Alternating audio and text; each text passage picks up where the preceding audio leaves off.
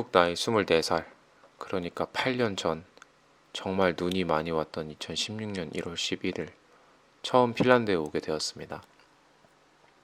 게트윅 공항에서 런던에서 형제처럼 지냈던 형이 저를 배웅해줬던 그날이 아직도 생생하게 떠오르네요. 정말 추웠던 걸로 기억합니다. 처음 타보는 핀에어는 영국에 있을 때 그동안 많이 탔던 이지젯이나 라이언에어와 다르게 상당히 넓었지만 담요를 덮지 않으면 너무 추워서 이제 추운 나라로 가는구나 라는 생각을 했던 기억이 나네요. 지금은 많이 커졌지만 그때는 정말 코딱지만 하다고 느꼈던 헬싱키 공항에 도착을 했고 지금의 와이프인 로라가 친구와 함께 자정에 둘이서 저를 맞아주었던 기억이 납니다. 그때는 몰랐습니다. 제가 여기서 8년이나 시간 동안 머무를지. 여러 가지 개인적인 사정이 있었고 저는 어린 나이에 다시 아무것도 없이 핀란드에서 그것도 또이알라라는 시골에서 새 삶을 시작하게 되었습니다. 그리고 9개월 후에는 지금의 제 첫째 딸인 메이를 보게 되는 아빠가 되었습니다. 핀란드란 나라는 그래도 저처럼 어떻게 보면 대책 없고 철없는 사람들에게도 많은 기회를 제공해 줬습니다. 딸이 태어나고 꼭 필요한 생필품들이 담겨져 있는 베이비박스도 받았고 무료로, 아니 사실 돈을 받았다고 해도 될 정도로 지원금도 받으면서 핀란드어도 6개월 동안 열심히 배웠습니다. 지금은 웃으면서 이야기할 수 있는 제 스토리지만 사실 핀란드어 수업을 받기 전까지 정말 힘들었습니다. 갑자기 아빠가 되었고 갑자기 다른 나라에서 새 삶을 시작하게 되었고 작은 사고를 당해서 건강도 다시 회복해야 되는 상황이었으니까요. 그래도 포기하거나 그러지는 않았습니다. 그냥 그런갑다 했던 것 같습니다. 정말 포기하고 싶었던 생각이 들었던 적도 있지만 그냥 모든 상황에서 의연하게 넘기는 지금 제 와이프를 보면서 그냥 하루하루 당연히 지냈던 것처럼 견뎌냈던 것 같습니다. 6개월 언어 교육이 끝나면 사실 떼오피스라는 구직 관계자랑 말만 잘하면 3년 동안 더 지원을 받을 수 있었지만 그때 저는 아무 경쟁력이 없다고 생각을 했고 그래서 그걸 포기하고 대학을 가는 것을 선택했습니다. 사실 그때 헬싱키로 대학을 갔으면 어땠을까라는 생각을 지금도 가끔 하지만 그 당시에는 아이를 가끔 봐줄 수 있는 사람이 필요했고 그래서 집 근처에 있는 대학교에 갔습니다. 이제 떼오피스에서 지원이 끊겼으니까 돈을 직접 벌어야 했고 제가 처음 핀란드에서 가진 직업은 일마이스야켈루, 소위 말해 신문 배달 알바였습니다. 땀베레에 있는 작은 피아노 학원에 관련된 전단지였는데 100장 돌리면, 아니 1000장 돌리면 100유로 주더라고요. 그래서 땀베레 이곳저곳을 다니면서 1000장 꼭 다 채웠습니다.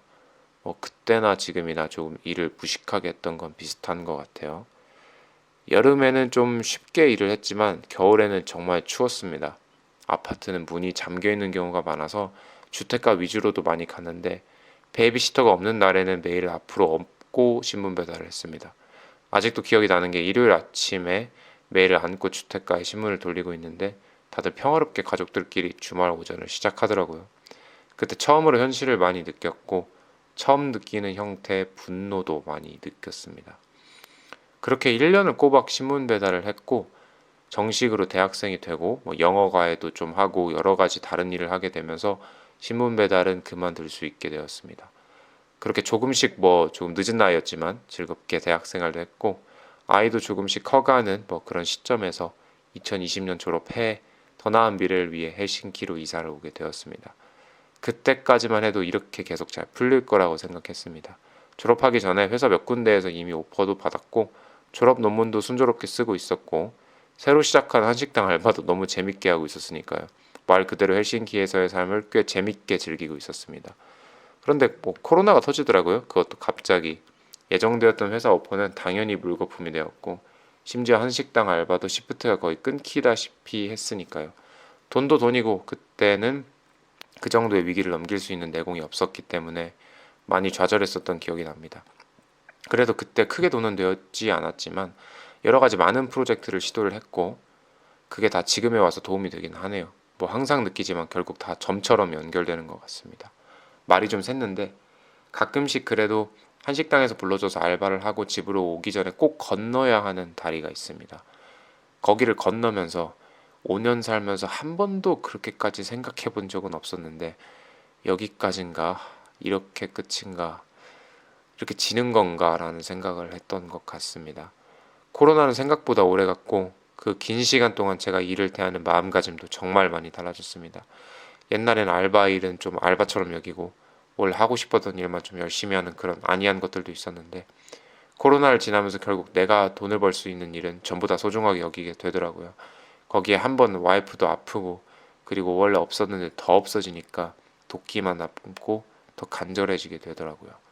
뭐 그게 전해졌는지 뭐 어떻게 되었는지는 모르지만 주변에 좋은 사람들이 많이 도와주어서 상황은 조금씩 나아졌고 하루하루 먹고 살 걱정은 조금 덜 하게 되었습니다. 그 시점에 다시 한번 그 다리를 건너게 되었는데 그때는 이런 생각을 했어요. 그냥 이 나라에서 한 달에 내가 3,000유로만 벌 수 있으면 진짜 여한이 없을 것 같다고. 그리고 정말 기적이 벌어졌습니다. 제가 좋은 기회로 식당 인수까지 하게 된 거죠. 그리고 동시에 다른 사업들도 같이 병행을 했고요. 처음 5개월은 지금도 어떻게 지나갔는지 기억이 안 나요. 장면이 딱히 기억이 나진 않고요. 트라우마 비슷한 것만 남았습니다. 다시는 똑같이 그렇게 못할 것 같아요. 아침에 가게 장을 보고 오전에는 또 다른 회사 일을 보고 오후에 식당을 나가서 일을 하고 저녁에는 마케팅 비디오를 만들거나 김장을 하거나 그리고 계속 반복 쉬는 날 없이 그렇게 2년 반이 지났습니다. 다행히 식당이 그럭저럭 잘 돼서 이제 쉬는 날도 있고요. 하고 있는 다른 사업도 그럭저럭 잘 되는 편입니다. 얼마 전에 우연히 다시 그때 그 다리를 건너게 되었는데 그때는 뭘 바랬다기보다는 그냥 기회를 주셔서 감사하다고 앞으로도 자만하지 않고 더 열심히 해보겠다고 그냥 기도를 들어주셔서 고맙다고 이야기했던 것 같습니다. 사람의 욕심은 끝이 없기도 하고 요즘 물가가 너무 비싸잖아요. 여전히 더 많이 벌고 싶고 여전히 더 큰 프로젝트를 하고 싶기도 합니다. 정말 그렇게 되기를 바랍니다. 하지만 지금까지만으로도 저는 핀란드에서 굉장히 운이 좋다고 생각해요. 돈 한 푼 없이 스펙 없이 핀란드에서 아이를 낳고 삶을 시작을 했고 그것도 시골에서 여기서 오래 살면서 할수록 느끼지만 외국인으로서 핀란드에 정착하는 게 불가능하진 않지만 그렇다고 쉽다고 느껴지지도 않거든요. 근데 뭐 쉬운 게 없는 것 같아요. 이제 곧 저도 핀란드에서 10년 차입니다. 10년 차쯤 되니까 그동안 있었던 일들도 이렇게 허심탄회하게 이야기할 수가 있네요. 그래도 지난 날들 포기하지 않고 잘 버텼으니까 그 내공을 바탕으로 핀란드에서 더 많은 가치를 창출하고 힘을 가져서 그 기회를 다른 사람들에게도 더 많이 제공하고 싶어요. 정말 그러고 싶습니다.